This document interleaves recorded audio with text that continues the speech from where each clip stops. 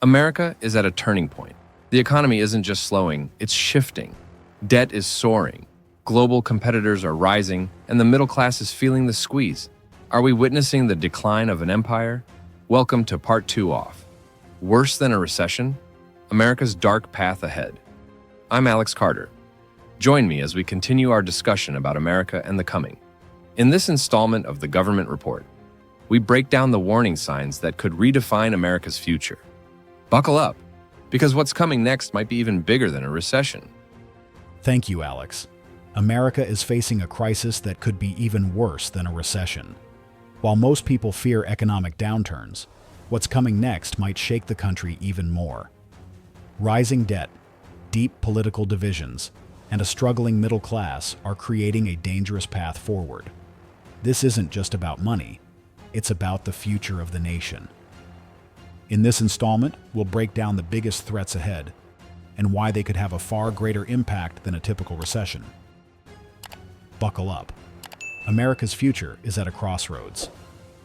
The economic signals of a declining empire. America's position as a global economic superpower has long been undisputed, but beneath the surface, key economic indicators tell a more troubling story. The nation that once dominated global markets, dictated trade policies, and set the tone for international economic trends, is now showing signs of relative decline. While the U.S. economy remains strong in absolute terms, shifts in global GDP distribution, trade dominance, and national debt levels reveal deeper structural issues that cannot be ignored. As emerging economies gain ground, and as economic partnerships reshape the balance of power, America faces an uncertain and challenging future. For decades, the United States had the largest share of the world's gross domestic product, GDP, solidifying its reputation as an economic powerhouse. However, while America's GDP continues to grow in raw numbers, its percentage of global GDP is steadily declining. The rapid rise of countries like China and India has changed the landscape, tilting economic power toward Asia. These nations have experienced unprecedented industrial growth, urbanization, and technological advancements, making them formidable players in the global economy. The world is no longer revolving around a single economic giant. Instead, power is becoming more evenly distributed. This shift raises serious questions about America's ability to maintain its influence. A decreasing share of global GDP means the U.S. no longer has the same leverage in setting international economic policies, negotiating trade agreements, or dictating the rules of the financial system. While the American economy remains innovative and resilient, its relative decline signals a future in which it must compete on a more level playing field rather than dominate unchallenged. The waning grip on global trade. Trade has always been a critical pillar of American economic strength. For much of the 20th century, the United States was the world's primary exporter and importer, holding an outsized role in shaping global commerce. However, that dominance is slipping. Over the past few decades, trade agreements, regional partnerships, and global supply chain shifts have redistributed economic influence. China, in particular, has become a central hub for international trade, surpassing the U.S. in global export percentages. Meanwhile, organizations such as the European Union and trade alliances like the Regional Comprehensive Economic Partnership, RCEP, have further reduced America's grip on global trade networks. Countries are no longer dependent on U.S. markets in the way they once were. They have options, alternatives, and incentives to develop new economic ties that bypass traditional American influence. This loss of trade dominance is not just an economic issue, it is a geopolitical one. Trade is one of the most powerful tools of influence a nation can wield, and as America's trade power diminishes, so does its ability to shape international affairs. Economic partnerships create diplomatic alliances, and the U.S. finds itself increasingly left out of critical economic arrangements that will define the future of global trade. The national debt trap. Perhaps the most alarming indicator of economic instability is the nation's spiraling national debt. The United States has accumulated an astronomical amount of debt, now exceeding $31 trillion, and the consequences of this financial burden are becoming harder to ignore. While the government continues to borrow to sustain its spending, This dependence on debt financing creates vulnerabilities that could lead to long-term economic distress. Excessive debt has wide-ranging consequences. It can drive up interest rates, forcing the government to allocate more revenue toward debt payments rather than critical investments in infrastructure, education, and healthcare. It also leaves the U.S. increasingly reliant on foreign investors, including geopolitical rivals, to finance its borrowing. This reliance weakens America's economic independence, making it susceptible to external pressures that could be used as leverage in political and economic negotiations. More concerningly, high debt levels limit the government's ability to respond effectively to crises. In times of economic downturn, nations typically rely on stimulus spending to stabilize the economy. However, with the U.S. already burdened by an overwhelming level of debt, future responses to financial crises may be severely constrained. If a recession or another major economic shock were to occur, the government's ability to intervene could be significantly weakened, exacerbating the economic pain for businesses and citizens alike. The changing world of economic alliances. Beyond the raw numbers, the most telling sign of America's decline may be the shifting landscape of global economic partnerships. In an increasingly interconnected world, nations are forming trade agreements and economic alliances that reduce their reliance on the United States. The rise of initiatives like China's Belt and Road Initiative, BRI, exemplifies this trend.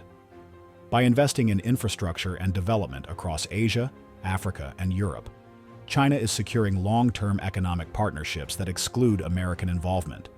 Similarly, economic coalitions such as BRICS, comprising Brazil, Russia, India, China, and South Africa, are challenging Western-led economic structures. These countries are working together to develop alternative financial systems, trade policies, and investment frameworks that operate outside the traditional influence of the U.S. and its allies. As these partnerships grow stronger, America's role as the central force in the global economy is diminishing. This shift forces the United States to confront an uncomfortable reality. It can no longer rely on old economic structures to maintain its influence. The world is evolving, and America must adapt to this changing environment if it hopes to remain a key player in global affairs. Economic policy decisions, particularly regarding tariffs and corporate influence, further complicate America's economic outlook. Tariffs meant to protect domestic industries often have unintended consequences that ripple through the economy. While they may offer short-term relief to specific sectors, they can also drive up costs for businesses and consumers, reduce competition, and slow economic growth. When tariffs are imposed, foreign goods become more expensive, making American-made products seem more competitive. However, this often backfires. Companies that rely on imported materials see their costs rise, which leads to higher prices for consumers. In turn, industries that depend on affordable raw materials, such as manufacturing and construction, suffer, potentially leading to job losses and economic stagnation. Beyond tariffs, the outsized influence of major corporations on economic policy further complicates America's economic future. Large multinational companies, wielding enormous lobbying power, often push for policies that serve their interests rather than the broader national economy. This corporate-driven approach to economic decision-making has contributed to rising wealth inequality, declining industrial competitiveness, and a system where the average citizen bears the brunt of economic hardship, while major corporations continue to profit. The mounting struggles of the American working class. The American working class is facing an economic crisis that goes beyond the usual cycles of recession and recovery. Deeply intertwined with rising household and corporate debt, persistent inflation, and a shifting labor landscape, these challenges have left millions of Americans struggling to maintain their financial footing. Despite working long hours and making sacrifices, many find themselves trapped in an economy that seems designed to keep them on the edge of survival rather than provide a path to stability. The cost of living continues to outpace wages, and the increasing reliance on credit to cover basic expenses has only tightened the financial noose around working-class families. This isn't just an economic downturn, it's a slow-moving collapse that threatens to reshape the foundation of American life. One of the most pressing issues fueling this crisis is the explosion of household debt. For decades, American families have relied on credit to sustain a standard of living that their wages alone could not support. This dependence has led to an alarming rise in credit card debt, student loans, and mortgage obligations, with total household debt surpassing $16 trillion. The situation is further exacerbated by stagnant wages that fail to keep pace with inflation, forcing more families to borrow just to afford necessities. High-interest credit card balances continue to balloon, student loan payments weigh heavily on young workers, and housing costs have become unaffordable for many. The result? A cycle of financial insecurity, where families are not only struggling to pay their monthly bills, but are also burdened with a growing mountain of debt that feels impossible to escape. The emotional and psychological toll of this financial strain cannot be ignored.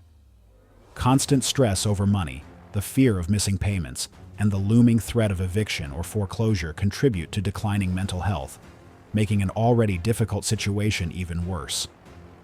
Adding to the financial turmoil is the relentless rise of inflation.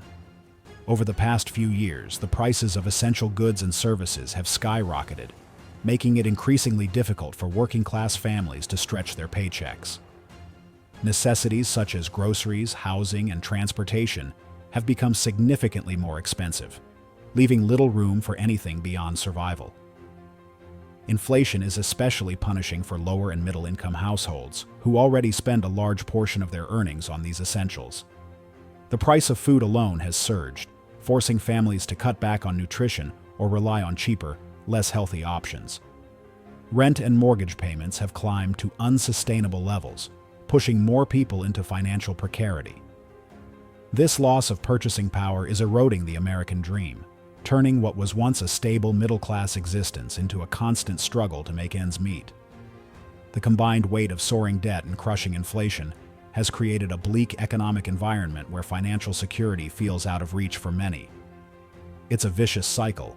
People work harder but fall further behind, unable to save or invest in their future. This growing sense of frustration and despair has led many to question whether the system is working for them at all, and in many cases, it's clear that it isn't. The role of labor movements in the fight for economic survival. As financial pressures mount, the role of labor movements in advocating for workers' rights has become more critical than ever. Historically, unions have been at the forefront of fighting for better wages, improved working conditions, and job security. However, decades of corporate influence and political maneuvering have weakened these movements, leaving workers with fewer protections and less bargaining power. But now, as economic conditions worsen, there has been a resurgence in labor activism. Workers across various industries, healthcare, education, manufacturing, and even tech, are organizing strikes and protests to demand fair treatment. These movements are not just about securing better pay. They are about challenging an economic system that prioritizes corporate profits over human well-being. The recent wave of labor strikes highlights a growing discontent among workers who feel undervalued and overworked. Employees are pushing back against corporations that continue to post record profits while refusing to pay fair wages. They are demanding not just a bigger paycheck, but also protections against exploitation, access to affordable health care, and the right to a dignified life. This resurgence of labor power is forcing a national conversation about economic justice, but whether real change will follow remains uncertain. Beyond immediate workplace concerns, labor movements are also advocating for broader systemic changes. The fight for a living wage, universal health care, and affordable education are all part of a larger push to create an economic system that benefits workers rather than just the wealthy elite. The political system's failure to address the crisis. While the economic struggles of everyday Americans deepen, the country's political leaders remain largely disconnected from the realities faced by their constituents. Both major political parties, the Republicans and the Democrats, have failed to provide meaningful solutions to the worsening financial crisis. Instead, they engage in partisan battles, empty rhetoric, and performative gestures that do little to address the root causes of economic instability. This failure has led to growing disillusionment among voters, many of whom feel abandoned by a system that seems more interested in serving corporate interests than in fighting for the working class. The Republican Party, long associated with free market policies and tax cuts, has continued to push for deregulation and corporate incentives under the guise of economic growth. However, these policies have disproportionately benefited the wealthy and large corporations while offering little relief to middle and lower-income Americans. The promise of trickle-down economics has proven to be a myth, as wages stagnate and the wealth gap continues to widen. At the same time, Republican resistance to policies such as healthcare reform and minimum wage increases has further alienated working-class voters who desperately need support. On the other side, the Democratic Party positions itself as the champion of economic equality, but its actions often fall short of its promises. While the party advocates for higher wages, expanded healthcare access, and educational investment, these initiatives frequently encounter political roadblocks that render them ineffective. Corporate influence within the Democratic establishment has also weakened its ability to push for real change. Many voters have grown frustrated with the party's inability to stand firm against powerful financial interests, leading to a loss of faith in traditional political solutions. This widespread dissatisfaction has fueled the rise of alternative political movements and candidates who challenge the two-party system. Populist figures on both the left and right have gained traction by tapping into voter frustration and promising radical change.